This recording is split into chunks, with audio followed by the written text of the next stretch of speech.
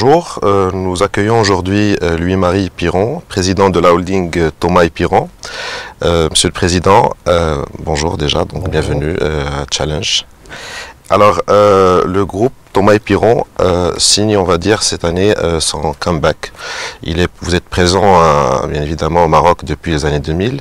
Et qu'est-ce qui justifie, on va dire, ce retour sur le marché marocain de l'immobilier? Comme vous venez de le dire, on est présent depuis les années 2000. On a fait un projet à l'époque sur Casablanca de 300 appartements. On est parti ensuite sur les stations balnéaires d'Essaouira et de Larache. Pour juste avant la crise sortir pour des raisons diverses. Mais j'ai toujours eu envie de continuer. Je crois que la crise a fait en sorte que, on a bien compris que ça allait devenir très compliqué. Mais bon, ce n'est pas pour ça qu'on n'aimait plus le Maroc. Donc on a toujours eu envie de revenir et on a eu cette opportunité avec le site de l'Oda où on s'est placé dans le concours, on était retenu. Et voilà, maintenant on est dans le projet qui va démarrer dans quelques jours, d'une manière sérieuse en tout cas. Justement, en parlant du projet, Louise, donc un projet qui se situe à Casablanca, du haut standing, pouvons-nous avoir une présentation du projet? C'est un projet effectivement de très haut standing, puisque des promoteurs, on ne nous a pas attendus, il y en a. Alors, qu'est-ce qu'on pouvait faire par rapport aux autres pour créer une différence? Jouer uniquement sur la qualité, et je crois que là, on s'est mis la barre très très haut. Vous aurez l'occasion, si vous passez à notre showroom, de voir ce que nous allons réellement mettre en œuvre comme matériaux, comme qualité de produit. Et je pense qu'avec ça, on va pouvoir faire une différence sérieuse par rapport aux autres, tout en restant dans des prix qui sont similaires, bien entendu, aux autres. Le slogan de la qualité, donc, bien entendu, on va le respecter et on se fait fort, on se donne l'obligation de le respecter.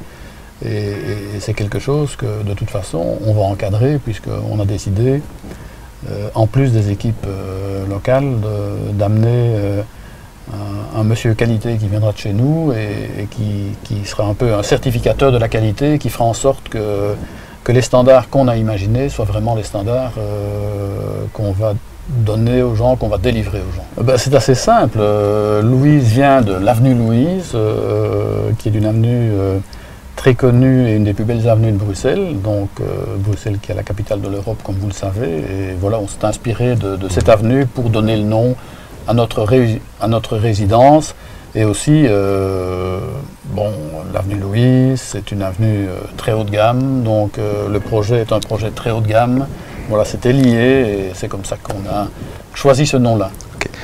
On peut avoir une idée sur l'état de chantier, première tranche, livraison? Écoutez, le chantier n'est pas encore très loin, puisque nous sommes occupés à terminer le terrassement. Nous allons démarrer courant octobre le gros œuvre. Et le chantier, en tout cas, complètement terminé, ça va durer entre 2 et 3 ans, puisqu'on ne fait qu'une seule phase avec l'ensemble des appartements. Mais ce n'est pas long pour obtenir de la qualité. Donc je pense que nous, on ne va pas faire la course contre la montre. Ce qu'on veut, c'est vraiment livrer des objets de qualité. Une idée sur les prix que vous allez proposer au niveau du projet Louise? Bon, les prix sont différents d'un appartement à l'autre, mais on peut considérer que le prix moyen va tourner autour de 25 000 dirhams du mètre carré. Donc c'est le prix qui est pratiqué là-bas sur le site en tout cas. Donc voilà, on s'est placé à la même barre que les autres. Le coût final, nous ne connaissons pas encore, mais bon, on a une estimation bien entendu qui est dans nos livres et qui est plus ou moins de 800 millions de dirhams. C'est un coût, bien entendu, qu'on va essayer de respecter et nous sommes en plein appel d'offres pour l'instant et je pense que d'ici quelques semaines, on aura terminé de faire le tour et on pourra vraiment cerner le coût définitif, mais qui devrait correspondre à nos estimations. Le financement de vos projets, vous avez recours à des fonds externes ou c'est vos fonds propres? Mais comme tout le monde, on a recours à des fonds externes, mais bon, je dois quand même dire que le groupe, on en a parlé tout à l'heure, il a 40 ans. La politique a toujours été de laisser un maximum de fonds propres dans le groupe. Donc, bon, j'estime en tout cas dans notre domaine qu'on a un groupe très très solide, puisque nous avons en tout cas fin 2015 plus de 200 millions, je crois que c'est 210 ou 215 millions d'euros de fonds propres. C'est quelque chose de fort important. Je crois que pas mal de clients qui achètent des appartements ont parfois des craintes, ont subi des déconvenues. Mais souvent aussi, les gens ne se sont pas renseignés sur la solidité du groupe.